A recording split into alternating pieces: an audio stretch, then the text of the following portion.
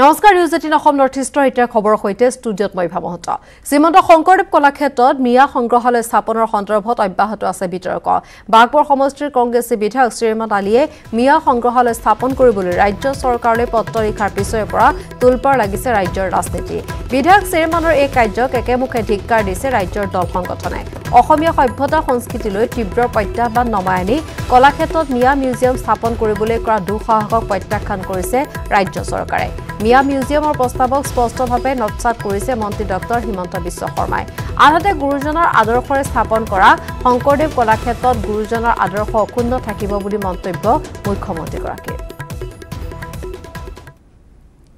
এটা কথা স্পষ্ট শ্ৰীমন্ত শংকৰদেৱৰ আদৰ্শৰে গুৰুজনাৰ আদৰ্শৰে কলাক্ষেত্ৰ নিৰ্মাণ হৈছে এই আদৰ্শ আমি সকলো সময় জীয়াই ৰখাৰ বাবে ভক্তিভাৱে আমি কাম কৰি যাওঁ মই একেবাৰে স্পষ্ট কৰি দিছোঁ যে শংকৰদেৱ কলাক্ষেত্ৰত কোনো কাৰণতে মিয়া মিউজিয়াম আদি স্থাপন কৰিব দিয়া নহয় যি কমিটিৰ ৰিপৰ্ট আছে এইটো কাগজ হিচাপে আলমাৰীৰ ভিতৰতে সোমাই থাকিব হি আৰু আলমাৰীৰ পৰা কেতিয়াও নোলায় মোৰ চিধা কথাটো হ'ল যে যেতিয়ালৈকে অসমত অসমীয়া মানুহ আছে তেতিয়ালৈকে শংকৰদেৱ কলাক্ষেত্ৰত মিয়া মিউজিয়াম হ'ব নোৱাৰে মিয়া মিউজিয়াম সন্দৰ্ভত বিধানসভাৰ শিক্ষা বিভাগৰ স্থায়ী কমিটিৰ সদস্য তথা গহপুৰৰ বিধায়ক উৎপল বৰাই ব্যক্ত কৰিছে প্ৰতিক্ৰিয়া এবাৰ আগবঢ়াইছো উৎপল বৰাৰ প্ৰতিক্ৰিয়া না মই এইটো কথাত প্ৰতিক্ৰিয়া এইটোৱে ব্যক্ত কৰিম যে কোনো কাৰণত শংকৰদেৱ কলাক্ষেত্ৰত মিয়াৰ মিউজিয়াম হ'ব নোৱাৰিব আৰু সেইটো মানি লোৱা নহ'ব এইটো ধ্ৰুৱ কথা আৰু আমি এইটো মই যেটো জানো মই যেটো জানিছো মই সেই মিটিংখনত মই মোষ্ট প্ৰবেবলি মই তাতে এটেন্ড নাই আৰু আসলতে ডিআৰসি কমিটি বিলাকত এটা প্ৰপ'জেল কিবা আহিলে এটো প্ৰেৰণ কৰা হয় হেতু বিবেচনা কৰিবও পাৰে বিবেচনা নকৰিবও পাৰে মই যদিও নাই বা কোনোবা কমিটিৰ মেম্বাৰ সকলে আমাৰ বিভিন্ন দলৰ মেম্বাৰ আছে তাত অকল বিজেপি দলৰে নহয় বিভিন্ন দলৰ মেম্বাৰ সকলে এটা প্ৰপ'জেল পঠাইছে আৰু সেই প্ৰপ'জেলটো হয়তো যদি পঠাইছে মই এটো জ্ঞাত নহয় আৰু যদি পঠাইছে তেতিয়া হলে এই বস্তুটোৰ কোনো কাৰণত মানে আৰু মই ভাবিছো এটা ৰাজনৈতিক ষড়যন্ত্ৰ কিয়নো নিৰ্বাচন আহি আছে নিৰ্বাচন আহাৰ আগত এইবিলাক চেয়াৰমান আলী ডাঙৰীয়াই কিছুমান কথা উলিয়াইছে আৰু যেটো বাস্তৱ এতিয়া ধৰক আমাৰ অসমত খিলঞ্জিয়াৰ যেটো শংকা আহিছে অসমৰ পৰিস্থিতিত অসমৰ জনগাঁথনি যেটো সমস্যা আহিছে যেটো আমাৰ সংকট আহিছে এইটোত আসলতে তেওঁলোকে এটা সুবিধা লবৰ কাৰণে এই ব্যৱস্থাটো কৰিছে গতিকে মই ভাবিছো এইটো কোনো কাৰণত মানি লোৱা নহয় গুৰুজনাৰ সৃষ্টিৰাজিক আমি কোনো কাৰণত আমি তাত অকল গুৰুজনাৰ সৃষ্টিৰাজিবিলাক কলাক্ষেত্ৰত ৰখা হ'ব আৰু কোনো কাৰণতে মিয়াৰ মিউজিয়াম বনোৱা কোনো কাৰণতে নহ'ব মোৰ ফালৰ পৰা মই এইখিনি ব্যক্ত কৰিছো মিয়া মিউজিয়াম স্থাপনৰ প্ৰস্তাৱক লৈ ৰাজ্যত অব্যাহত প্ৰতিক্ৰিয়া শেহতীয়াকৈ মিয়া মিউজিয়ামক প্ৰতিক্ৰিয়া প্ৰকাশ কৰিছে বটদ্ৰ থানাৰ সভাপতি তথা সত্ৰাধিকাৰ দেৱানন্দ দেৱগোস্বামীয়ে আচলতে চেয়াৰমেনে যিখিনি বক্তব্য ৰাখিছে আমি ভাবিছোঁ চেয়াৰমেনে সীমা চেৰাই গৈছে আৰু এইটো এডাল দুডাল লুটানীয়া চেউল বুলিও আমি ক'ব বিচাৰোঁ কাৰণ জগতগুৰু মহাপুৰুষ শ্ৰীমন্ত শংকৰ গুৰুজনাৰ নামত প্ৰতিষ্ঠিত এখন কলাক্ষেত্ৰ সেই ক্ষেত্ৰখনক ইতিমধ্যে অপবিত্ৰ কৰিবলৈ যিসকল আগবাঢ়ি গৈছিল এইটো ৰাইজে সকলোৱে জানে আৰু তেনে ক্ষেত্ৰত বংগীয় মূলৰ মিয়াসকলৰ এটা মিউজিয়াম হ'ব লাগে এনেকুৱা দাবী নাভূত নাটচুত আৰু ই অসমৰ যি ঐক্য সংহতি তাতো আঘাত হানিব বুলি অনুভৱ কৰোঁ আচলতে ইমানখিনিলৈকে যেতিয়া যাবলৈ দুঃসাহস কৰিছে গতিকে ৰাইজ সচেতন হোৱাটো অতি প্ৰয়োজন চেয়াৰমান আলীয়ে অসমীয়া জাতিৰ ওপৰত সাৰ্জিকেল ষ্ট্ৰাইক কৰিছে অসম চুক্তিৰ ফলত হোৱা শংকৰদেৱ কলাক্ষেত্ৰত কোনো কাৰণতে মিয়া সংগ্ৰহালয় স্থাপন কৰিবলৈ দিয়া নহ'ব এই মন্তব্য মন্ত্ৰী অতুল বৰাৰ কংগ্ৰেছৰ নেতাগৰাকী বিধায়কগৰাকীয়ে শংকৰদেৱ কলাক্ষেত্ৰত মিয়া সংগ্ৰহালয় প্ৰতিষ্ঠা কৰাৰ যে দাবী জনাব পাৰিছে, দাবী জনাবলৈ যে আগবাঢ়িছে, এইবিলাক হৈছে অজিত ভূঞা ডাঙৰীয়াৰ দৰে জাতীয়তাবাদৰ মুখা পিন্ধা কেতবোৰ ব্যক্তিৰ শেহতীয়া যিটো স্থিতি, শেহতীয়া কাম কাজবিলাকৰ কাৰণে উৎসাহিত হৈ পেলাই, উৎসাহিত হৈ সংস্কৃতিৰ বৰঘৰত মিয়া সংগ্ৰহালয় পতাৰ দৰে প্ৰস্তাৱ দিবলৈ তেওঁলোকে সাহস কৰিব পাৰিছে। চাওক, অসম বুৰঞ্জীত বাদুলি ফুকনৰ নাম আছে, দেৱেৰা বৰবৰুৱাৰ নাম আছে। বাদুলি ফুকন মোগলৰ আক্ৰমণৰ পিছত বাহিৰলৈকে তেওঁলোকৰ লগত গুচি যাবলগীয়া হৈছিল। এতিয়া জাতীয়তাবাদৰ নাম লোৱা বহু লোকৰ মুখাবোৰ লাহে লাহে লাহে লাহে খোল খাব ধৰিছে। তো অজিত ভূঞা ডাঙৰীয়াৰ শেহতীয়া যি ভূমিকা, এই ভূমিকা অত্যন্ত দুৰ্ভাগ্যজনক। এইটো ব্যক্তি স্বাৰ্থৰ বাহিৰে অন্য একো নহয়। বদৰুদ্দিন আজমলক প্ৰতিষ্ঠা কৰিবলৈ ৰাজ্যখনৰ ইমূৰৰ পৰা সিমূৰলৈ ঘূৰি তেওঁ প্ৰতিষ্ঠা কৰিছে আৰু আনৰ বদনাম গাই কৰিছে। মিয়া মিউজিয়ামক লৈ প্ৰতিক্ৰিয়া ব্যক্ত কৰিলে পদ্ম হাজৰিকাই। কংগ্ৰেছী বিধায়ক শ্ৰীমান আলীয়ে দাবী কৰিছিল যে বিধানসভাৰ শিক্ষা বিভাগৰ স্থায়ী কমিটিৰ পৰামৰ্শৰ মৰ্মে চৰকাৰলৈ চিঠি লিখিছিল। শিক্ষা বিভাগৰ স্থায়ী কমিটিৰ অন্যতম সদস্য হৈছে চতিয়া সমষ্টিৰ বিধায়ক পদ্ম হাজৰিকা। জামুগুৰিহাটৰ পৰিদৰ্শন বাংলাত আয়োজন কৰা এখন সংবাদমেলত পদ্ম হাজৰিকাৰ নিজৰ স্থিতি স্পষ্ট কৰিছে। কলাক্ষেত্ৰত মিয়া সংগ্ৰহালয় স্থাপনৰ ক্ষেত্ৰত লৈ যিটো বিতৰ্কৰ সৃষ্টি হৈ আছে, কংগ্ৰেছ দলৰ এগৰাকী বিধায়ক চেয়াৰমেন আলীয়ে এই প্ৰস্তাৱ আগবঢ়াই সংবাদ মাধ্যমত যিখিনি কথা বতৰা কৰিছে তাৰ তীব্ৰ গৰিহণা মই যোৱাকালিও দিছোঁ, আজিও তীব্ৰ গৰিহণা মই আগবঢ়াইছোঁ।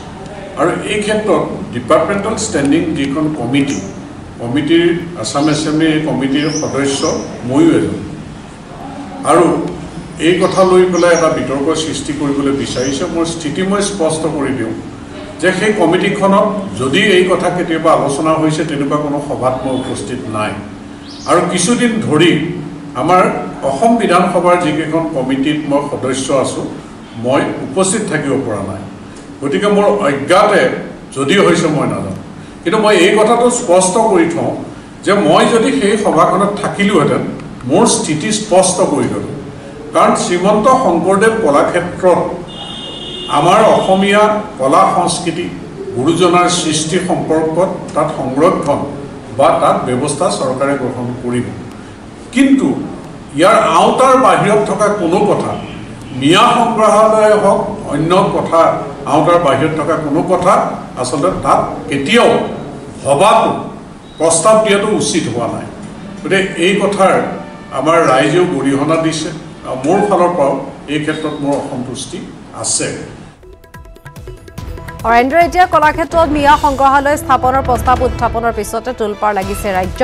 মিয়া সংগ্ৰহালয়ৰ প্ৰস্তাৱনাৰ পিছত প্ৰথমবাৰলৈ নিউজ 18ৰ আগত মুখ খুলিছে বিধায়ক শ্ৰীমান আলীয়ে।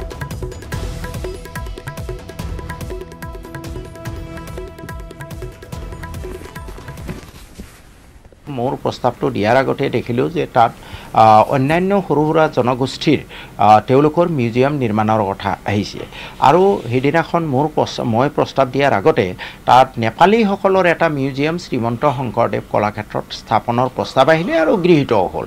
তেতিয়া মই প্ৰস্তাৱ ৰাখিলোঁ যে অসমৰ চৰ চাপৰিত প্ৰায় 70 লাখ মানুহ বাস কৰে। তেওঁলোকক অতীজত অসমৰ একাংশ মানুহ বা সংগঠনে মিয়া বুলি সম্বোধন কৰে। গতিকে এই চৰ চাপৰিত বসবাস কৰা এই 70 লাখ মানুহৰ কলা কৃষ্টি সংস্কৃতি অত্যন্ত সমৃদ্ধ, আৰু এই কলা কৃষ্টি সংস্কৃতিখিনিও প্ৰতিফলন হোৱাৰ ব্যৱস্থা কৰিব লাগে।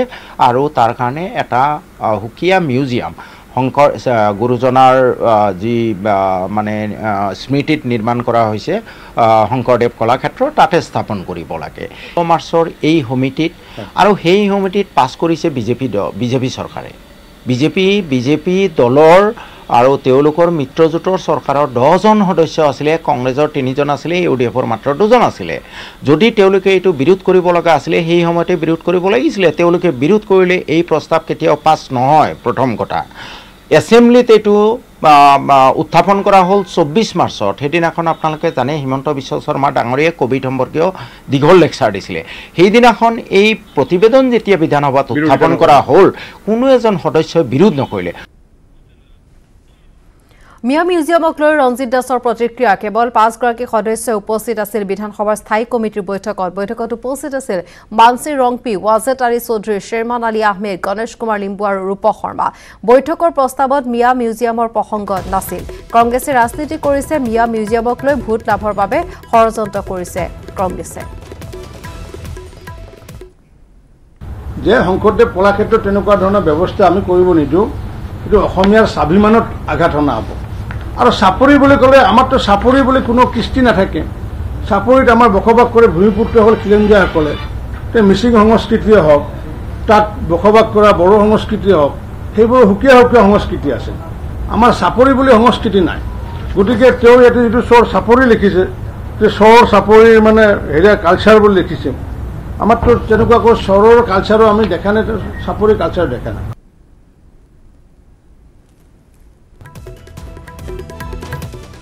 এটা সিদ্ধান্ত লোৱা হৈছিলে যি ডিপাৰ্টমেণ্টেৰী ৰিলেটেড ষ্টেণ্ডিং কমিটিৰ, তাত মানে সদস্য তাত আছে। চেয়াৰমেন হৈছে উৎপল দত্ত, তাত মেম্বাৰ আছে মানসিং ৰংপি, পদ্ম হাজৰিকা, ভৱেন্দ্ৰ নাথ ভৰালী, থানেশ্বৰ বসুমতাৰী, ৱাজেদ আলী চৌধুৰী, শ্ৰীমতী কামালী বসুমতাৰী, শ্বেৰমান আলী আহমেদ, দুৰ্গা ভূমিজ, উৎপল বৰা, গণেশ কুমাৰ লিম্বু, বিনোদ হাজৰিকা, ৰূপক শৰ্মা, অনন্ত কুমাৰ মালো আৰু চাহাবুদ্দিন আহমেদ। এই যি 15জনীয়া যি ডিপাৰ্টমেণ্ট ৰিলেটেড যি ষ্টেণ্ডিং কমিটি, এই কমিটিৰ এখন বৈঠকত কলাক্ষেত্ৰ মিউজিয়াম সন্দৰ্ভত আলোচনা হৈ পেলাই এটা তেওঁলোকে ৰিকমেণ্ডেশ্যন দিছিলে। আৰু ৰিকমেণ্ডেশ্যন যিদিনাখন দিছিলে তাত 15জন সদস্যৰ ভিতৰত 5জন সদস্য উপস্থিত আছিলে। সেইদিনা উৎপল দত্ত ডাঙৰীয়া নাছিলে। মানসিং ৰংপি ছিনিয়ৰ মেম্বাৰ হিচাপে তেখেতক চেয়াৰমেনৰ দায়িত্ব দিছিলে। মানসিং ৰংপি আছিলে, ৱাজেদ আলী চৌধুৰী আছিলে, শ্বেৰমান আলী আহমেদ আছিলে, গণেশ কুমাৰ লিম্বু আছিলে আৰু ৰূপক শৰ্মা আছিলে। 5 গৰাকী তাত সদস্য উপস্থিত আছিলে। মই আজি অসম বিধানসভাৰ অধ্যক্ষ ডাঙৰীয়াৰ লগত কথা পাতিছিলোঁ আৰু তেওঁলোকে মোক জনোৱা সূত্ৰৰ মতে সেইদিনাখন 5 গৰাকী সদস্য তাত আছিলে। আৰু সেই 5 গৰাকী সদস্য উপস্থিত থাকোঁতে তাত যিটো সিদ্ধান্ত লোৱা হৈছে বা যিটো পৰামৰ্শ তেওঁলোকে ৰিকমেণ্ডেশ্যন কৰিব পাৰে, এই সমিতিখনে ৰিকমেণ্ডেশ্যন কৰিব পাৰে। আৰু এই ৰিকমেণ্ডেশ্যন যে চৰকাৰে মানিব লাগে তাত কোনো ধৰণৰ কথা নাই, এটা পৰামৰ্শই আগবঢ়ায়। মিয়া মিউজিয়ামক লৈ বিধানসভাৰ প্ৰধান সচিব মৃগান্ত কুমাৰ ডেকাই ব্যক্ত কৰিছে প্ৰতিক্ৰিয়া। বিধানসভাৰ স্থায়ী কমিটিত গ্ৰহণ কৰাৰ বাধ্যবাধকতা নাই। বিধানসভাৰ বিভিন্ন কমিটিয়ে পৰামৰ্শ দাখিল কৰাটো নিয়ম। সদনত দাখিল কৰাৰ পিছত ৰাজ্য চৰকাৰে প্ৰেৰণ কৰা হয়। ৰাজ্য চৰকাৰে পৰামৰ্শ গ্ৰহণ নকৰিব পাৰে। গ্ৰহণ কৰাৰ কোনো বাধ্যবাধকতা নাই। মিয়া মিউজিয়ামৰ পৰামৰ্শটো একেই কথা।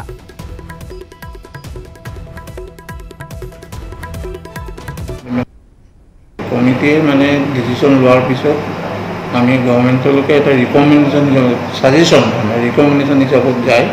সেইটো ৰিপৰ্টটোত এটা ৰিকমেণ্ডেশ্যন হিচাপত যোৱা হিচাপত এনেকৈ থাকে ৰেকৰ্ডটো। সেই হিচাপত বস্তুটো হাউচত প্লেচ হয়। হাউচত প্লেচ হোৱাৰ পিছত গভৰ্ণমেণ্টলৈকে ইমপ্লিমেণ্ট কৰিবৰ কাৰণে দি পঠোৱা হয়।